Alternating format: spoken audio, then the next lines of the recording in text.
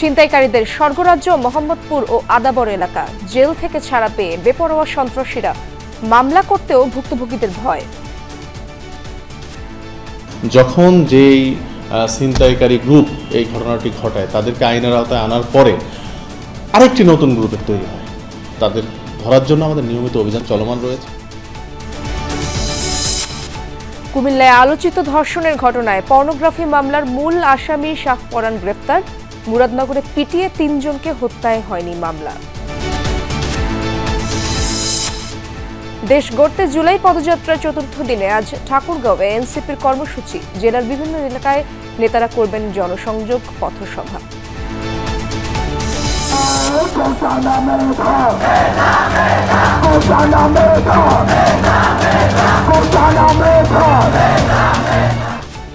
জুলাই বিপ্লবের চতুর্থ দিন ঢাবিতে জ্বলে ওঠে প্রতিবাদের আগুন। প্রধান বিচারপতির মন্তব্য আর সরকারের টালবাহানায় ফুঁসে ওঠে শিক্ষার্থীরা। হল ছাত্রলীগের ক্যান্ডিডেটরা হল থেকে বের করে দেওয়ার একটা অনেক বড় স্টেপ নেয়। আমি যখন হল থেকে বের হয়ে যাব ওই মুহূর্তে আমার হল ছাত্রলীগের 8 জন ক্যান্ডিডেট বাদ দিয়ে বাকি প্রায় 1000 শিক্ষার্থী আমার হলের সামনে দাঁড়িয়ে যায়। মাঠে সমান শ্রম দিলেও নেই নারী কৃষকের স্বীকৃতি। 52% শ্রমশক্তির বিপরীতে মাত্র 7% জমির মালিকানা। প্রাপ্য সুযোগ থেকেও বঞ্চিত। ট্রেনিং এ পাঠায়, তারপরে ভর্তুকির নামগুলো যে দেয় শুধু ছেলেদের নামে বেশি দেয়। সেই কার্ডের মাধ্যমে ওরা সার পায়, বিষ পায়, কীটনাশক পায়, কিন্তু আমরা নারীরা এই সম্পর্কে পাই না। আর কি ওই কার্ডটা নারীদের নামে হয় না। নানা নাটকীয়তা আর দীর্ঘ 29 ঘন্টা বিতর্কের পর মার্কিন কংগ্রেসে বিগ বিউটিফুল বিল পাস। ক্ষতিগ্রস্ত হবে নিম্ন ও মধ্যবিত্তরা।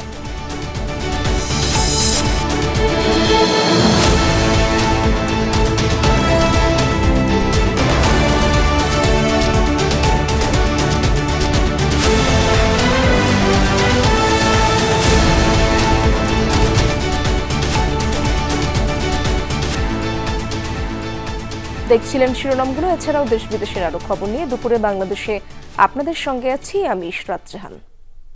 রাজধানীর মোহাম্মদপুর ও আদাবরে চলছে ছিনতাইয়ের মহোৎসব। 3-4 জন গ্রুপ ধরে চাপাতি হাতে ছিনতাই এসব এলাকার নিত্যদিনের ঘটনা। রাতে তো বটেই, দিনে দুপুরেও রেহাই মিলছে না। এমন কিছু ঘটনার সিসি ক্যামেরার ফুটেজ এসেছে যমুনা টেলিভিশনের হাতে। তবে ছিনতাই চক্রের ভয়ে মামলা করতেও ভয় পাচ্ছে ভুক্তভোগীরা। আশিক মাহমুদের প্রতিবেদনে থাকছে বিস্তারিত। ছবি তুলেছেন নির্মল চন্দ্র। ভিডিওটি রাজধানীর আদাবর এলাকার। প্রথম দেখায় মনে হবে পড়ন্ত বিকেলে খেলনা হাতে 2 কিশোর হেলে দুলে হাঁটছেন, কিন্তু প্রকৃতপক্ষে চকচকে চাপাতি হাতে এই 2 কিশোর পেশাদার ছিনতাইকারী। দিনে দুপুরে চাপাতি থেকে মানুষের মূল্যবান জিনিসপত্র লুটে নেওয়া তাদের নিত্যদিনের কাজ, যা দেখার বা প্রতিবাদ করার যেন কেউ নেই। সিসি ক্যামেরার এই ফুটেজটি নবোদয় হাউজিং খালপাড়ের। গত 25 জুন রাতে চাপাতি হাতে আসে 3 কিশোর। রিকশা থামিয়ে কয়েকটি মোবাইল, মানিব্যাগ সহ মূল্যবান জিনিসপত্র লুটে নিয়ে পালিয়ে যায় তারা। তবে ছিনতাই চক্রের হামলার ভয়ে ক্যামেরার সামনে কথা বলতে চায় না ভুক্তভোগী, এমনকি মামলাও করেননি থানায়। এলাকাবাসী জানায়, এক পাশে নবোদয় হাউজিং, অন্য পাশে শেখের টেক বস্তি। মাঝখানের সড়কটি ছিনতাইয়ের হটস্পট। রাতে তো বটেই, দিনে দুপুরেও এখানে ছিনতাই হয় নিয়মিত। মানে মানুষ যে যাইবে এমন কোনো পরিবেশ নাই। আপনি একটা দামি একটা ফোন নিয়ে যাইতে পারবেন না, আপনি লগে কয়টা টাকা নিতে পারবেন না। এই ব্রিজটা পারাবে, আর নাইলে এই গল্লির দেহারা বাইরে যাবে। বাইরে এরা অ্যাটাক করে, লগে থাকে 4 জন 5 জন। হাতে সামুরাই থাকে, চাপারি থাকে, যারা দিতে চায় না তাকে কোপাই দেয়। টাকা পয়সা না দিলে কূপ মারে, মনে করেন বাড়ি মারে। এরা কত টাকা আর মোবাইল এরা নিবই, দরকার মাইরিল নিব। অটো ওই দিক থেকে নিয়ে আসে শিবাগলি ঢুকাইছে। ঢুকে 3 জন আসলো, চাপাটি ধরে ওই মারে অটোটা কারে নিয়ে গেছে। মানুষের তো জীবনের নিরাপত্তাই নাই। সন্ধ্যা নামলেই এই শেখের টেক বস্তির কোথাও লোট পেতে থাকা ছিনতাইকারীরা এই ব্রিজ ধরে প্রধান সড়কে আসে এবং এখানে দাঁড়িয়ে থাকা মানুষ, এমনকি চলন্ত গাড়ি থামিয়েও তারা ছিনতাই করে, লুটে নেয় মোবাইল, মানিব্যাগ, মূল্যবান জিনিসপত্র সহ সব কিছু। আর সেগুলো দিতে না চাইলে চাপাতির কোপে গুরুতর আহত, এমনকি মৃত্যু হচ্ছে মানুষের। স্থানীয়রা বলছেন এসব ছিনতাইকারীরা সবাই মাদকাসক্ত, উঠতি বয়সী কিশোর। মাদকের টাকা জোগাড় করতেই এত বেপরোয়া, তুচ্ছ কারণে মানুষ খুন করতেও দ্বিধা করে না। একটা বাবার দাম 300 টাকা, তার তো আর 300 টাকা তো 10 মিনিটে কামাই করা সম্ভব না। তার নেশা উঠে গেছে, তারা খাইতেই হবে ওটা। পরে কি করে রাস্তায় নেমে পড়ে, চাকু টাকু নিয়ে সব নেমে পড়ে রাস্তায়, যার কাছে যা পায়। কোনো যে মাদক খাচ্ছে, সুযোগ পাইলো একটা লোক ধরে টাকা পয়সা সব কায়দা নিল, আবার নিয়ে চলে গেলাম মাদকের কাছে। আবার ওদের এটাই ব্যবসা। মোহাম্মদপুর ও আদাবরের ছিনতাই চক্রের মূল হোতা কবজি কাটা আনোয়ার। কয়েক মাস আগে তাকে নিয়ে যমুনা টেলিভিশনে অনুসন্ধানী প্রতিবেদন প্রচারের পর সাঙ্গপাঙ্গ সহ গ্রেপ্তার হয়। তবে কয়েকদিন আগে আনোয়ারের অন্যতম সহযোগী বিল্লাল ওরফে ভাগ্নে বিল্লাল জেল থেকে ছাড়া পেয়ে আবারও বেপরোয়া হয়ে উঠেছে। তাদের সাথে নতুন যুক্ত হয়েছে দাঁত ভাঙা বিল্লাল। দৈনিক 4-5টা করে চেপ নিয়ে যাচ্ছে, না দিলে কোপ দিচ্ছে, এই অবস্থা। এখন মনে করেন কি এলাকায় থাকার মতন না, এরকম একটা অবস্থা হয়ে গেছে। এটা হলো দাঁত ভাঙা বিল্লাল, ওর বাইনি আছে, ওদেরকে নিয়ে প্রয়োগ করতেছে। পুলিশ বলছে ছিনতাই চক্রের হোতা একজন গ্রেপ্তার হলে অন্যজন মাথাচাড়া দিয়ে উঠছে। যখন যেই ছিনতাইকারী গ্রুপ এই ঘটনাটি ঘটায় তাদেরকে আইনের আওতায় আনার পরে আরেকটি নতুন গ্রুপের তৈরি হয়। গোয়েন্দা নজরদারি রেখেছি যে কারা এগুলো ঘটাচ্ছে, তাদের ধরার জন্য আমাদের নিয়মিত অভিযান চলমান রয়েছে। ছিনতাই চক্রের এমন দৌরাত্ম্য থেকে মুক্তি চায় মোহাম্মদপুর আদাবরবাসী। আশিক মাহমুদ, যমুনা নিউজ, ঢাকা। কুমিল্লার মুরাদনগরে আলোচিত ধর্ষণের ঘটনায় পর্নোগ্রাফি মামলার মূল আসামি শাহ পরানকে গ্রেপ্তার করা হয়েছে। দুপুরে এই তথ্য নিশ্চিত করেছেন র্যাব 11-র অধিনায়ক lieutenant colonel HM Sajjad Hossain. Karwan বাজারে র্যাবের লিগ্যাল অ্যান্ড মিডিয়া উইংয়ের এক সংবাদ সম্মেলনে তিনি এই তথ্য প্রকাশ করেন। তিনি জানান, বৃহস্পতিবার বিকেলে কুমিল্লার বুড়িচং উপজেলায় অভিযান চালিয়ে শাহ পরানকে গ্রেপ্তার করা হয়। সে ধর্ষণ মামলার মূল আসামি ফজর আলীর ছোট ভাই। তার বিরুদ্ধে ভুক্তভোগীকে মারধর ও বিবস্ত্র ভিডিও ধারণের অভিযোগ রয়েছে। পরে সামাজিক যোগাযোগ মাধ্যমে ওই ভিডিও ছড়িয়ে দেওয়ারও সে মূল হোতা। র্যাব 11 অধিনায়ক বলেন, ঘটনার পর থেকে আত্মগোপনে ছিল শাহ পরান। তার কাছে ধর্ষণকাণ্ডের ছবি ও ভিডিও সহ অনেক গুরুত্বপূর্ণ তথ্য পাওয়া গেছে। ভুক্তভোগী নারীর করা মামলার এজাহারভুক্ত আসামি এই শাহ পরান। পরিবার থেকেও শাহ পরান ফজর আলী থেকে একটু ডিস্টেন্স হয়ে গিয়েছিল। সে সব মিলিয়েই এই ফজর আলীকে একটু শাস্তি করার উদ্দেশ্যে মূলত এই পরিকল্পনাটা করে। অ্যাট দ্য সেম টাইম দুজনই এই মহিলাকে উত্ত্যক্ত করতো, যেটা বলছি যে দুইজনেরই এখানে দুই ভাই উত্ত্যক্ত করছিল। তো এখানে বড় ভাই ছোট ভাই, এবং এই ঘটনাকে কেন্দ্র করে তাদের মধ্যে সালিশও হয়েছিল। সেখানে ফজর আলী কর্তৃক শাহ পরানের হেনস্থারও শিকার হয়েছে। এদিকে কুমিল্লার মুরাদনগরে একই পরিবারের 3 জনকে পিটিয়ে ও কুপিয়ে হত্যার ঘটনায় মামলা হয়নি এখনো। এই ঘটনায় ধরাও পড়েনি কেউ। তবে পুলিশ জানায়, জড়িতদের ধরতে উপজেলার বিভিন্ন এলাকায় রাতভর অভিযান চালানো হয়েছে। এর আগে বৃহস্পতিবার সকালে করইবাড়ি এলাকায় বাড়ি ঘেরাও করে মা রুবি আক্তার, তার 2 মেয়ে ও এক ছেলেকে বেধড়ক পেটানো হয়। স্থানীয়দের অভিযোগ, রুবি ও তার পরিবারের সদস্যরা দীর্ঘদিন ধরে এলাকায় মাদক কারবার সহ নানা অপকর্মে জড়িত। এ বিষয়ে কথা বলতে স্থানীয় ইউপি চেয়ারম্যান ও এক মেম্বার গেলে রুবি ও তার পরিবারের সদস্যরা তাদের উপর হামলা চালায়। এতে বিক্ষুব্ধ হয়ে ওঠে ঘটনাস্থলে থাকা লোকজন। এক পর্যায়ে পিটিয়ে ও কুপিয়ে হত্যা করা হয় রুবি আক্তার ও ছেলে রাসেল মিয়াকে। মেয়ে জোনাকি পালাতে গেলে তাকেও পিটিয়ে মেরে ফেলা হয়। এ সময় গুরুতর আহত হয় রুবির আরেক মেয়ে রুমা। তাকে উন্নত চিকিৎসার জন্য ঢাকায় আনা হয়েছে। তবে নিহতদের স্বজনদের দাবি, স্থানীয় এক স্কুল শিক্ষকের মোবাইল চুরির বিষয় নিয়ে তাদের সাথে ঝামেলা চলছিল। এর জের ধরেই এই হত্যাকাণ্ড। দেশ গড়তে জুলাই পদযাত্রার 4র্থ দিনে ঠাকুরগাঁওয়ে পথসভা করবে জাতীয় নাগরিক পার্টি এনসিপি। দর্শক, এ বিষয়ে আরো জানার চেষ্টা করবো আমার সহকর্মী পার্থ সারথী দাসের কাছ থেকে। পার্থ, এনসিপির গাড়িবহর কি পৌঁছেছে কিনা সেখানে? আজ দিনভর কি কি কর্মসূচি রয়েছে সে ব্যাপারে বিস্তারিত জানতে চাই আপনার মাধ্যমে।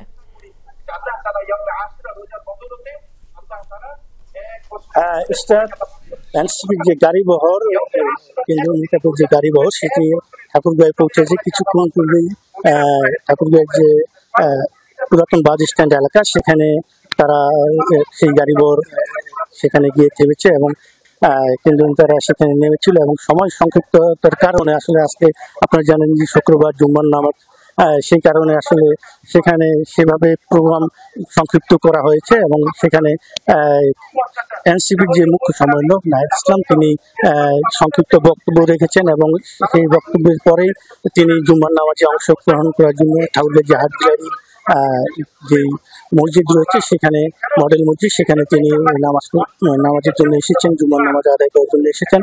এবং এই যে পদযাত্রা সেই পদযাত্রাকে ঘিরে আসলে ঠাকুরগাঁয়ে এনসিপির যে ঠাকুরগাঁয়ের বিভিন্ন এলাকার যে এনসিপির নেতাকর্মীরা রয়েছে, এনসিপির নেতাকর্মীরা এসেছেন এবং সেই গাড়ি ঘরে এবং পদযাত্রায় অংশগ্রহণ করার জন্য তারা এসেছেন ঠাকুরগাঁয়ে। এবং শুধু তারাই না, সাধারণ মানুষও কিন্তু এখানে এসেছেন। এবং নামাজ শেষে আমরা যেটি জানতে পারলাম যে নামাজ শেষে পদযাত্রা শুরু হবে এবং কেন্দ্রীয় যে নেতারা এসেছেন তারা এই পদযাত্রায় এবং পথসভায় তারা বক্তব্য রাখবেন সেটি আমরা জানতে পেরেছি।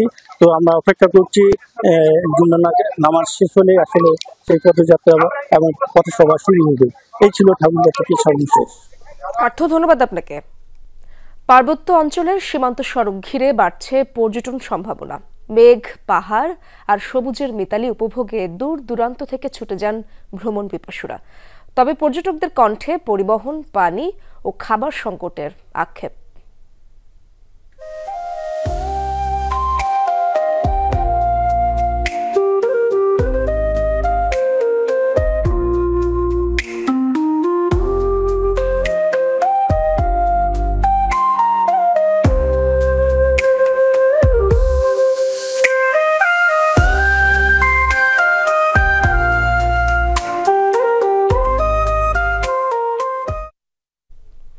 দর্শক, এই নিয়ে সংবাদের শেষের দিকে থাকবে একটি প্রতিবেদন।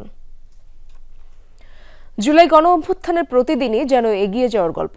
টানা 3 দিনের কর্মসূচি সফল করে শিক্ষার্থীরা তাকিয়েছিল হাইকোর্টের শুনানির দিকে। কিন্তু কোটা বিরোধী আন্দোলন দেখে সুপ্রিম কোর্ট হাইকোর্ট রায় পরিবর্তন করে না বলে মন্তব্য করেন প্রধান বিচারপতি ওবায়দুল হাসান। বাতিল হয় ওই দিনের শুনানিও।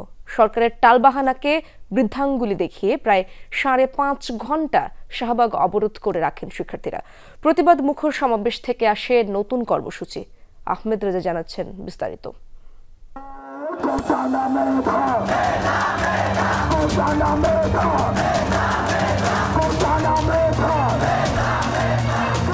4 জুলাই 2024 দিনটি ছিল বৃহস্পতিবার। সরকারি চাকরিতে কোটা বাতিলের দাবিতে শুরু হওয়া শিক্ষার্থীদের আন্দোলন দিন দিন পরিণত হতে থাকে।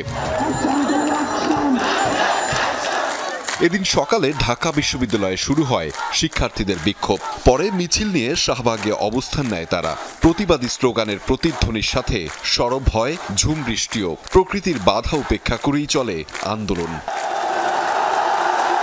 বৈষম্যের বিরুদ্ধে রয়েছে, এই রায়কে আমরা স্টুডেন্টরা ঘৃণা ভরে প্রত্যাখ্যান করে। প্রায় 5.5 ঘন্টা শাহবাগে অবস্থান করে শিক্ষার্থীরা। বৈষম্যমূলক কোটা পদ্ধতি নিরসনে আদালতের অবস্থানে হতাশাও প্রকাশ করে আন্দোলনকারীরা। মহামান্য আদালত যাতে আমাদের কথাগুলো বিবেচনা করে। উচ্চ আদালতে কোটা বাতিলের রায়ে আপিল বিভাগে শুনানি হবার কথা থাকলেও তা হয়নি রাষ্ট্রপক্ষের আইনজীবী না থাকায়। তারপরও তখনকার প্রধান বিচারপতি বলেন, এত কিসের আন্দোলন? কোটা বিরোধী আন্দোলন দেখে সুপ্রিম কোর্ট হাইকোর্ট রায় পরিবর্তন করে না। 4 জুলাই সে আপিলের শুনানিতে আমরা ভাবছিলাম যে সরকারের শুভবুদ্ধির উদয় হবে। সরকার কোটা পুনর্বহালের যে রায় নিম্ন আদালত দিয়েছে সেটা থেকে সরে আসবে এবং কোটা প্রথা বাতিলই থাকবে।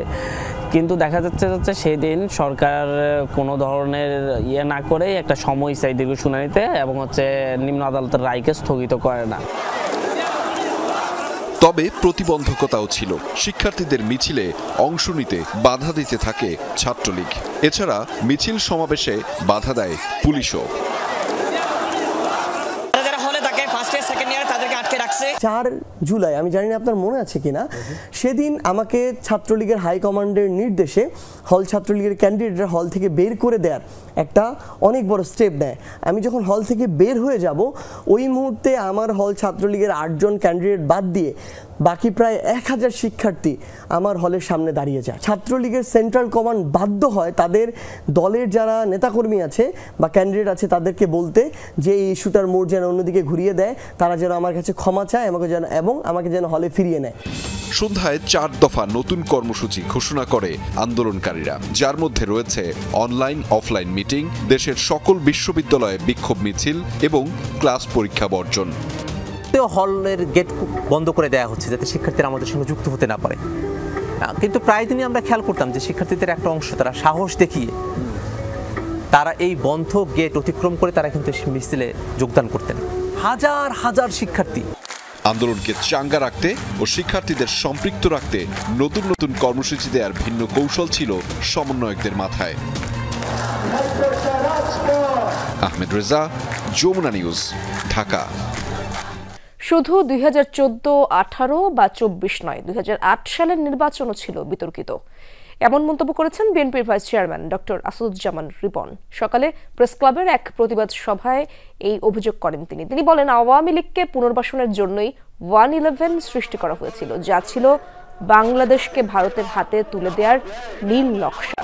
রিপন বলেন, আওয়ামী লীগ জনগণের বিরুদ্ধে রাজনীতি করেছে, তাদের রাজনীতি এখন মুসলিম লীগের মতো বিলুপ্তির পথে। বিগত সরকারের আমলে যারা বিনা ভোটের নির্বাচন আয়োজনে সহায়তা করেছে তাদের জবাবদিহিতার আওতায় আনার দাবি তুলেছেন এই বিএনপি নেতা।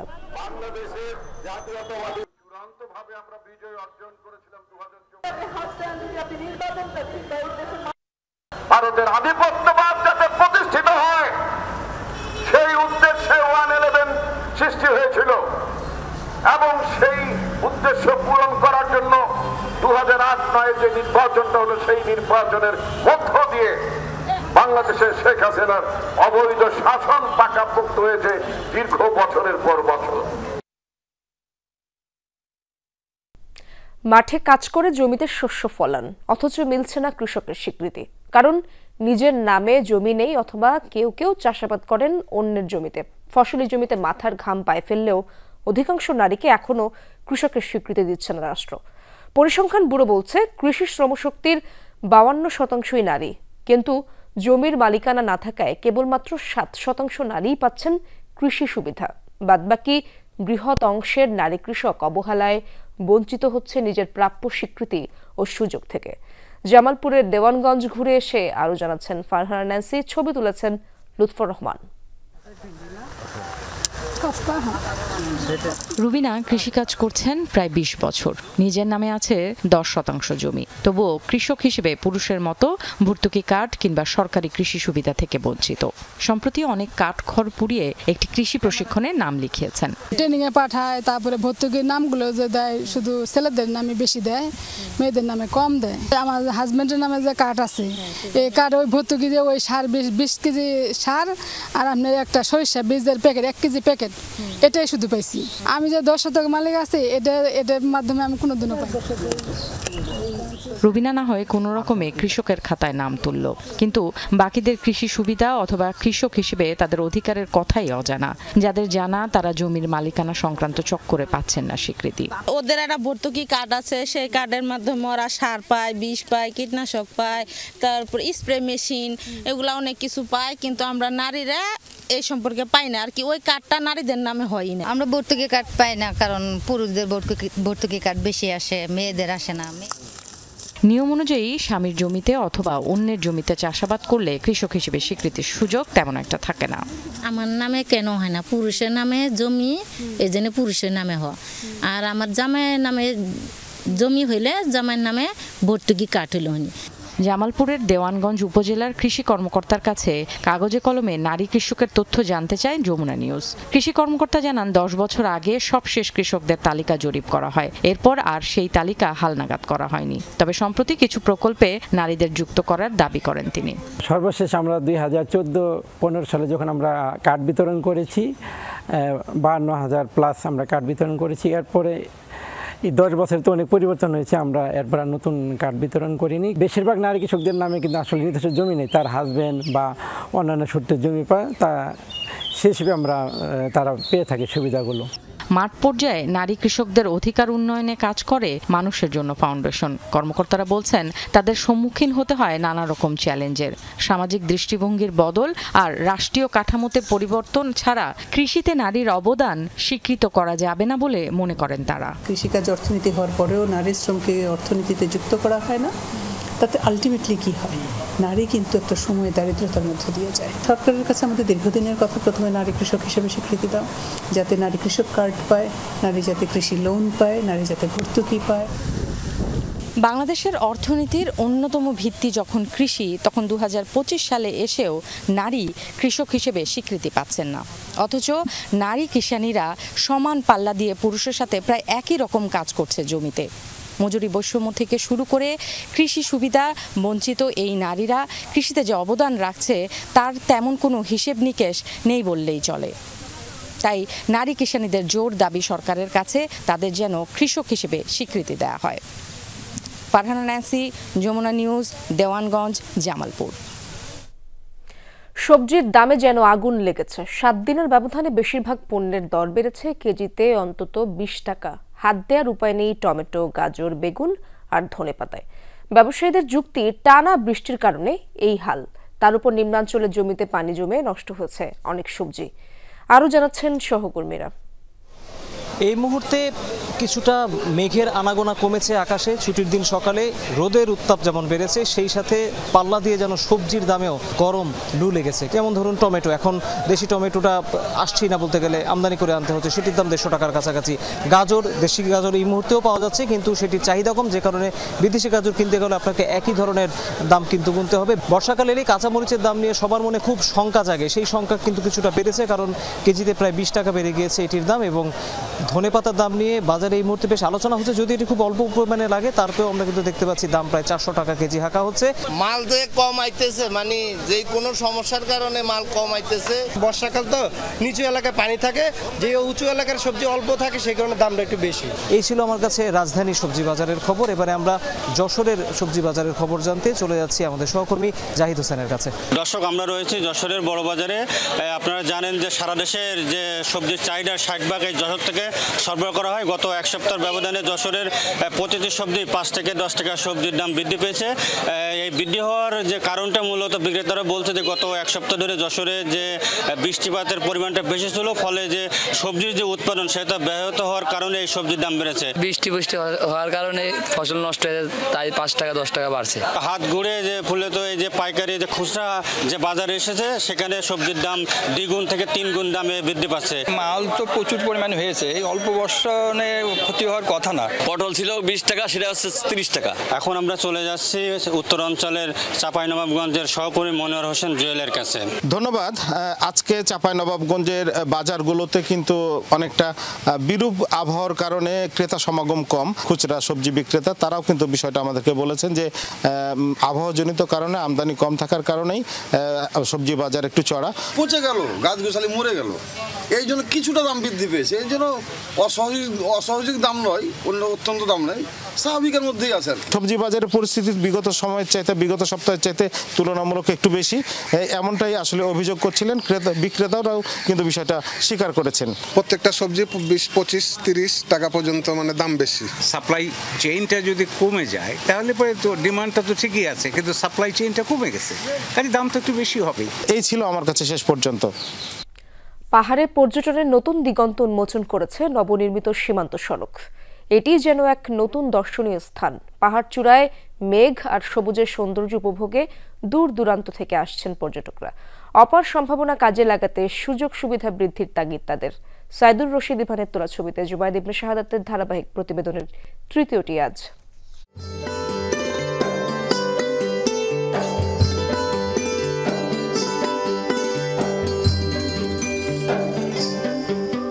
হাজার ফুট উঁচুতে আঁকাবাঁকা সড়ক, একটু অসতর্ক হলেই বিপদ।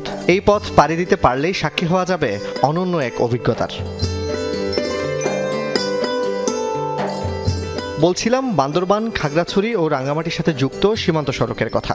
জিগজ্যাগ পয়েন্ট পার হয়ে ভিউ পয়েন্টে দাঁড়ালেই দেখা মেলে মেঘ ও পাহাড়ের অপরূপ মিতালি।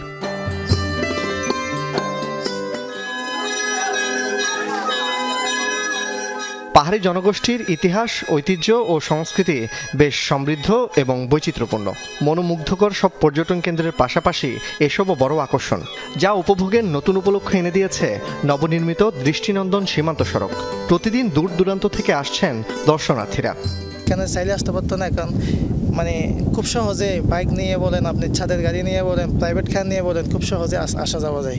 ডিম পাহাড় পর্যন্ত আসি, এসে কিন্তু চলে গেছি, কিন্তু এই পর্যন্ত আসি নাই, এবার কি প্রথম আসছি। অনেক সুন্দর জায়গা আর কি। সরকার যদি এটা নিয়ে আরও কাজ করে তাহলে দেখা যায় যে আমরা বাংলাদেশটাও অনেকটা বহির্বিশ্বে অনেক আলোড়ন সৃষ্টিকারী হবে। তবে চিকিৎসা, বিদ্যুৎ, পরিবহন ও পানি সংকট বড় এক সমস্যা। পর্যটক বান্ধব করতে সুযোগ সুবিধা বৃদ্ধির তাগিদ পর্যটক ও স্থানীয়দের। এখন তো বিদ্যুৎ নাই, যেহেতু ওদেরও যে সুযোগ সুবিধাগুলো পাওয়ার কথা ওরা পাচ্ছে না। সকাল থেকে হাতে গেলে 2-3 ঘন্টা, হলে হাতে হাতে দিন হয়ে যায়, রাত হয়ে যায়। আমার একটু সরকারের কাছে রিকোয়েস্ট, এখানে আমাদের চিকিৎসার কেন্দ্র একটা হতাম আরো ভালো হতো। সবচেয়ে হলো একটা অসুবিধা হলে পানি হাউস নাই, হাসপাতালে যেতে হলে থাকা পয়সা বেশি লাগে। 1036 কিলোমিটার দীর্ঘ সড়কের 1/3 হয়েছে মাত্র, বাকিটাও হলে পর্যটন সম্ভাবনা আরও বিকশিত হবে বলছেন সংশ্লিষ্টরা। পার্বত্য চট্টগ্রামের পর্যটন মূলত দেখা যায় যে কাপ্তাই হ্রদ কিংবা নীলগিরি সাজেক কেন্দ্রিক। তো সীমান্ত সড়কের এই যোগাযোগ নেটওয়ার্ক এস্টাবলিশ হওয়ার কারণে বিভিন্ন পর্যটন স্পট আবিষ্কৃত হচ্ছে। পর্যটন আকর্ষণে যে শিল্পগুলি আমরা গড়ে তুলতে পারবো, এদেশের বহু মানুষের কর্মসংস্থান হওয়ার সম্ভাবনা এখানে রয়েছে এখানে গিয়ে, এবং আমি আশা করি এই প্রকল্পটা পূর্ণ বাস্তবায়িত যখন হবে তখন অবশ্যই এই অঞ্চলের মানুষের অনেকের ভাগ্যের উন্নয়ন হবে।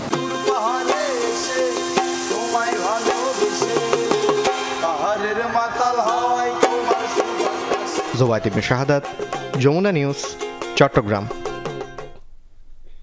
তিলোত্তমা ঢাকা বরাবরই ব্যস্ত, ক্লান্ত, শ্রান্ত, ধুলোয় ধোয়ায় ধূসর। ছুটতে থাকা সেই নগরীকে এক টুকরো সবুজ উপহার দিল রাজধানীর শেরেবাংলা নগর।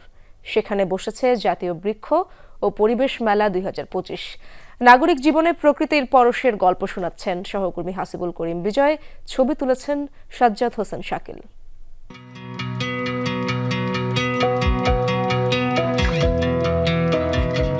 কংক্রিটের জঞ্জালে ভরা রাজধানীতে একটু হাত ছেড়ে বাঁচতেই মানুষ খোঁজে প্রকৃতির ছোঁয়া। নগরবাসীকে সেই সুযোগ করে দিতে শেরেবাংলা নগরে এ আয়োজন। জমে উঠেছে জাতীয় বৃক্ষ ও পরিবেশ মেলা 2025।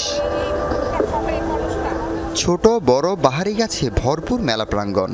ফলজ, বনজ, ঔষধি থেকে শুরু করে শোভাবর্ধক কি নেই সেখানে, প্রতিটি টব যেন তরতাজা সবুজ প্রাণ। আমার অনেক ফুল গাছ পছন্দ, এর ভিতরে আমার অনেক বেলি ফুল গাছ অনেক পছন্দ, তাই জন্য আমার বাসায় অনেক গাছ আছে। আমি বাচ্চাকে নিয়ে আসি এখানে দেখাতে যে কত রকম আমাদের গাছপালা রয়েছে এবং গাছপালা আমাদের পরিবেশের জন্য কতটুকু উপকারী, এবং তার পাশাপাশি আমরা যদি ছাদ বাগান করতে চাই, ছাদ বাগানের জন্য আসলে কী কী গাছ আমরা বাছাই করতে পারি সেগুলো আমরা সব এই মেলা থেকে আমরা পেতে পারি। গাছ তো আমাদের আসলে অক্সিজেন দেয়, জীবনে বেঁচে থাকার একটা প্রধান উপকরণ। তো গাছের প্রতি সবারই মায়া থাকে, তো আমাদেরও সেরকমই আর কি, সেই গাছের প্রতি প্রেম থেকে আসা। গাছ শুধু সৌন্দর্য নয়, বরং বেঁচে থাকার জন্যও অতীব জরুরি। চিরায়ত সত্য কথাটাই আবারও মনে করিয়ে দেয় এই বৃক্ষ মেলা। বাংলাদেশের বিভিন্ন জেলা থেকে তো আসছেন, প্লাস ঢাকার যারা নাগরিক, স্থায়ী নাগরিক, তারা বেশি আসছেন। এটা তাদের রিক্রিয়েশনের জন্য একটা ভালো প্লেস বলা যায়। আমাদের এখানে আছে অর্কিডের বিভিন্ন গ্রুপ আছে, যেমন ড্যান্ড্রোভিয়াম, ক্যাটেলিয়া, রয়্যাল স্টাইলিশ, মোকারা, সব গ্রুপের গাছই অনেকটা গাছই আছে অর্কিডের।